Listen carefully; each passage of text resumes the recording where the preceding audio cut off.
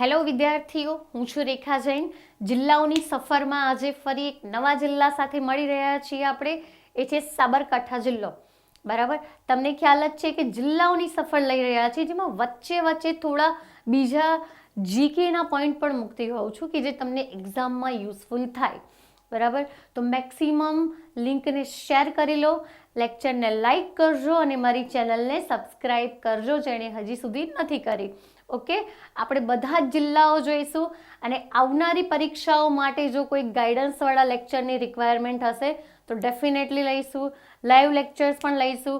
આ બધું જ તમારા ઉપર ડિપેન્ડ છે કે તમે કેટલું યુઝ કરો છો ચેનલને. ઓકે, તો મેક્સિમમ લિંક શેર કરજો. ચલો, આજનો લેક્ચર છે આપણો જિલ્લો છે આજે સાબરકાંઠા. સાબરકાંઠાની વાત કરીએ, ઉત્તર ગુજરાતનો જિલ્લો છે. બરાબર, સાબરકાંઠા જિલ્લો. ઓકે, જેનું મુખ્ય મથક છે હિંમતનગર કે જે હાથમતી નદીના કિનારે વસ્યું છે. આ છે ભાઈ સાબરકાંઠા, હને બીકેની બાજુવાળું ભાઈ એસકે. ચલો, હિંમતનગર અને પ્રાંતિજ મુખ્ય શહેર છે જેની વચ્ચેથી કર્કવૃત પસાર થાય છે. ભાઈ કર્કવૃત એક્ઝામમાં પૂછાય જ છે કે ગુજરાતના કયા શહેર પરથી કર્કવૃત પસાર થાય, તો પ્રાંતિજ ખાસ યાદ રાખજો, સાબરકાંઠાનું પ્રાંતિજ. બરાબર, ચલો બીજી વાત કરીએ તો ભાઈ વડાલી, જેને સંત નગરી કહેવાય છે. સાબરકાંઠાનું કયું પ્લેસ કે જેને સંત નગરી કહેવાય, તો ભાઈ વડાલી ધ્યાનમાં રાખજો. કાઝી વાવ અહીંયા આવેલી છે ભાઈ. કાઝી વાવ ઘણીવાર પૂછાય જ છે અને યાદ રાખજો.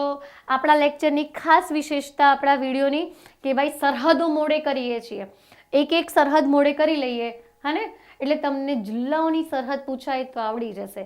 ચલો ભાઈ, સાબરકાંઠા જિલ્લો આપણો આ રહ્યો. આ કયા કયા જિલ્લાની સરહદ મળે, તો બીકે, મહેસાણા, ગાંધીનગર ને અરવલ્લી. 4 જિલ્લા મળે છે. કયા 4? બીકે, મહેસાણા, ગાંધીનગર, અરવલ્લી. સાબરકાંઠા જિલ્લાને મળતા 4 જિલ્લા કયા છે? કયા 4 જિલ્લાની સરહદ મળે, તો ભાઈ બનાસકાંઠા, મહેસાણા, ગાંધીનગર ને અરવલ્લી. ફરી એકવાર રિપીટ કરું છું, સાબરકાંઠાને કયા 4 જિલ્લા મળે, તો બનાસકાંઠા, મહેસાણા, ગાંધીનગર અને અરવલ્લી. આ 4 જિલ્લાની સરહદ મળે છે. ચલો, સાબરકાંઠાની આપણે આગળ વાત કરીએ તો ભાઈ અરસોદિયા અને એકોદરા આ બંને પ્લેસ શાના માટે પ્રખ્યાત છે? ચિનાઈ માટી.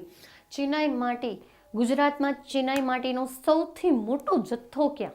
ખનિજ છે ભાઈ, ચિનાઈ માટી ખનિજ છે અને જે બહુ વધારે પ્રમાણમાં આપણા ગુજરાતમાંથી મળે જ છે.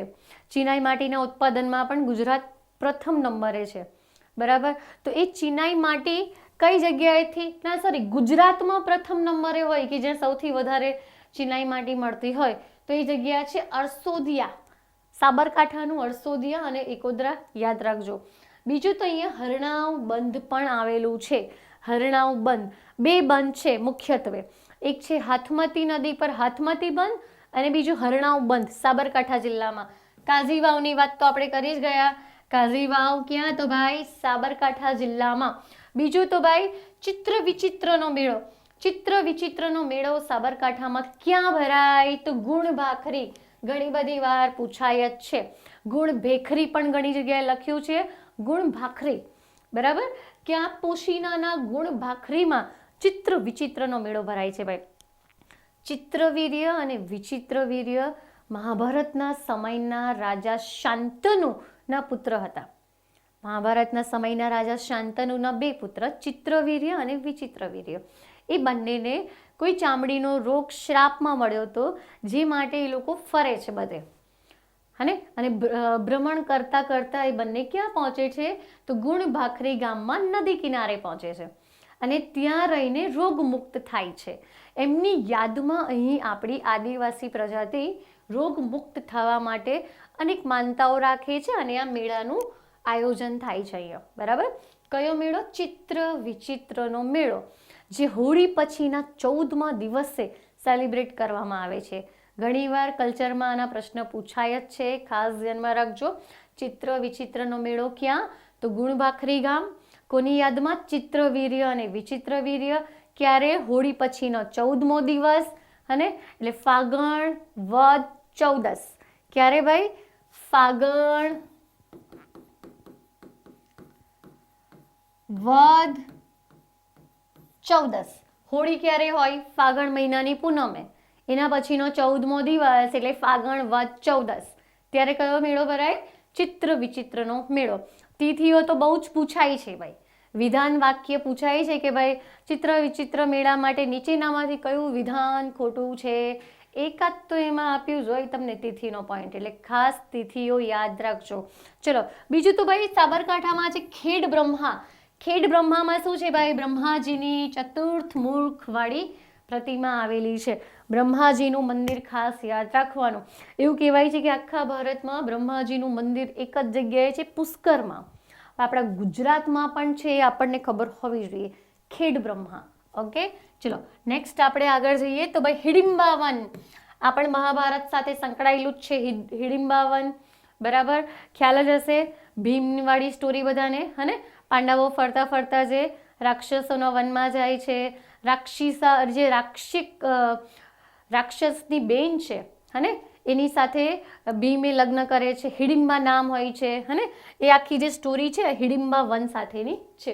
ચલો પોળોની વાત કરીએ ભાઈ. પોળો ક્યાં આવેલું છે? સાબરકાંઠા જિલ્લાના વિજયનગર વિસ્તારમાં પોળો મહોત્સવ પણ ઉજવવામાં આવે છે, એટલે ખાસ ધ્યાનમાં રાખજો પોળો ઉત્સવ.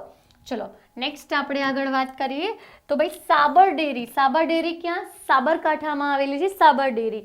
ઈડરિયો ગઢ પણ આવેલો છે. ઈડરિયો ગઢ સાબરકાંઠા જિલ્લામાં. ચલો રણમલ ચોકી આવેલી છે ભાઈ. રણમલ ચોકી પણ ક્યાં? સાબરકાંઠા જિલ્લામાં.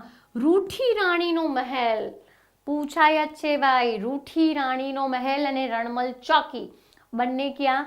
સાબરકાંઠા જિલ્લામાં છે. ચલો નેક્સ્ટ વાત કરીએ એનિમલ હોસ્ટેલ. એનિમલ હોસ્ટેલ ક્યાં? સાબરકાંઠા જિલ્લામાં. ચિત્ર વિચિત્ર મેળાની વાત તો આપણે કરી જ ગયા, રાઈટ? અને સાબરકાંઠા જિલ્લાના મહત્વના પોઈન્ટની આપણે વાત કરી ગયા છીએ. ખાસ ધ્યાનમાં રાખજો સાબરકાંઠા જિલ્લો કે જે આ બાજુ તો 4 જિલ્લાઓને મળે જ છે આપણા ગુજરાતના, હને? એની બહારની જે બોર્ડર છે એ રાજસ્થાન રાજ્ય સાથે મળે છે, ઉત્તર અને ઈશાન દિશામાં. ચલો તો થેન્ક યુ સો મચ વિદ્યાર્થીઓ.